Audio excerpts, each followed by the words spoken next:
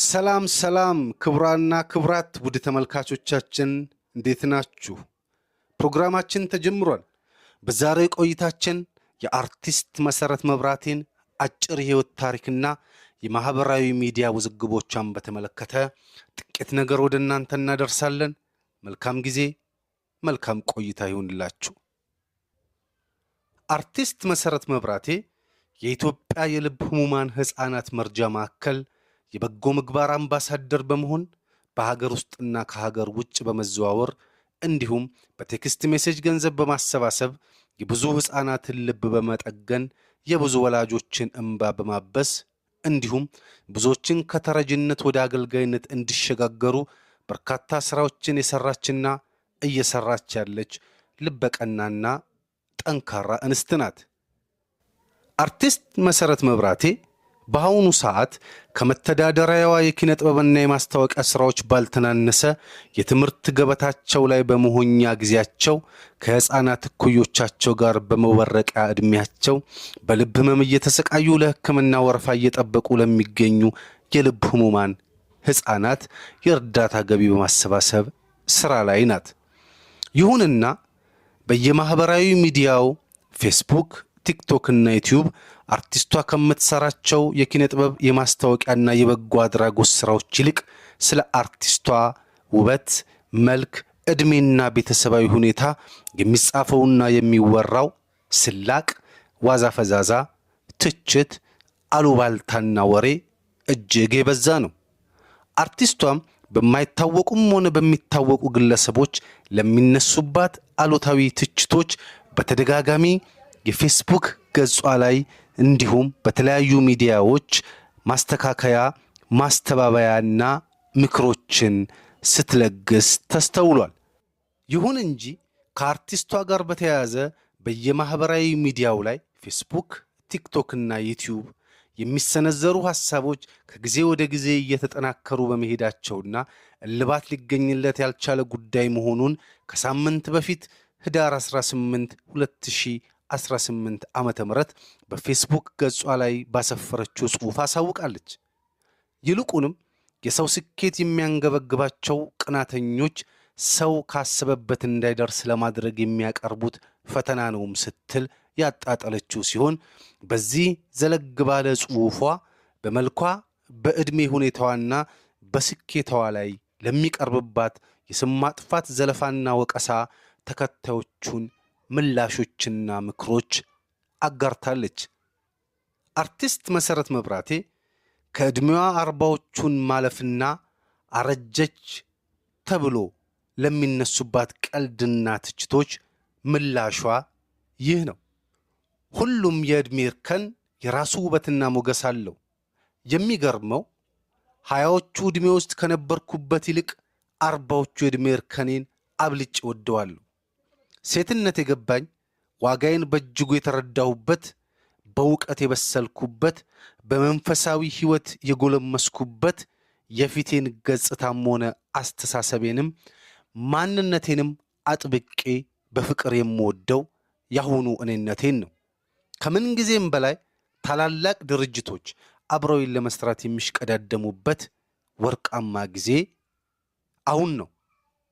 እናም እህቶች ለህልማችሁ መቼም አይረፍድም። ለሥራ ስትታትሩ፣ ዓላማችሁን ለማሳካት ስትጥሩ በዚህና መሰል ትችቶች አንገት ሊያስደፏችሁ ሲሞክሩ አትፍቀዱላቸው። ቀና በሉ። ሴትነት አካላዊ ቁሳዊ ማንነት ሳይሆን መለኮታዊ ስጦታ ነው። እምቅ ኃይል፣ በሥራ በትጋት የተፈተነ እንቁ ማንነት ትላለች መሰረት። ውበትና አካላዊ ቁመና እንዲሁም ሴትነቷን በተመለከተ ለሚነሱት ጉዳዮችም ምላሿ ይህ ነው።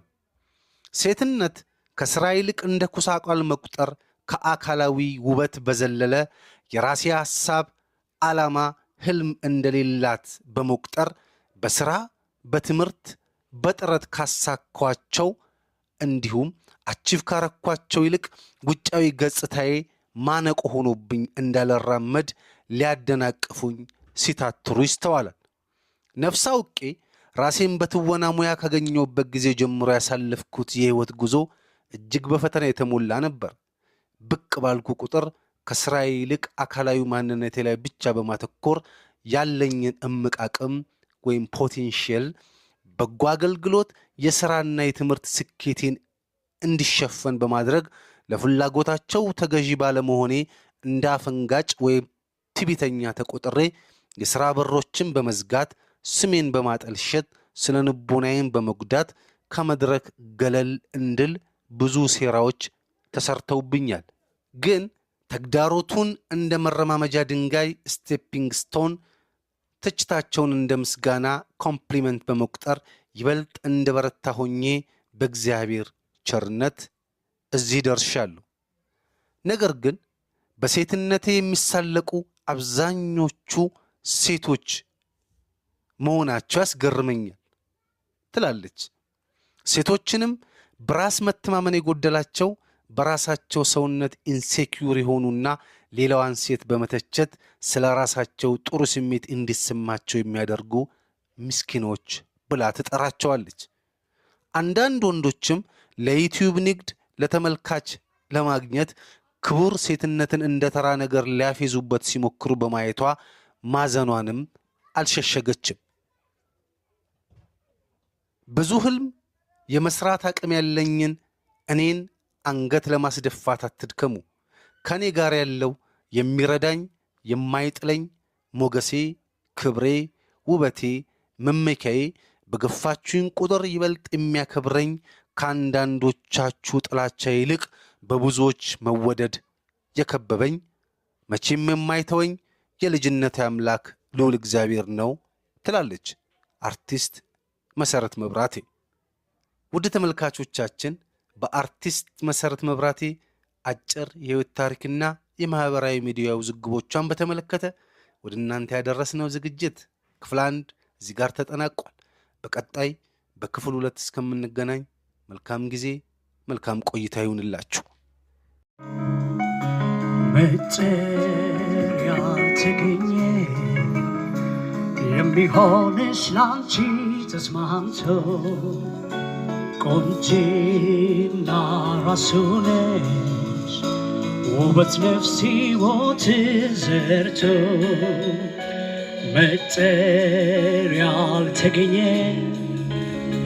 የሚሆንሽ ላንቺ ተስማምቶ ቆንጆና ራሱ ነሽ ውበት ነፍስ ሕይወት ዘርቶ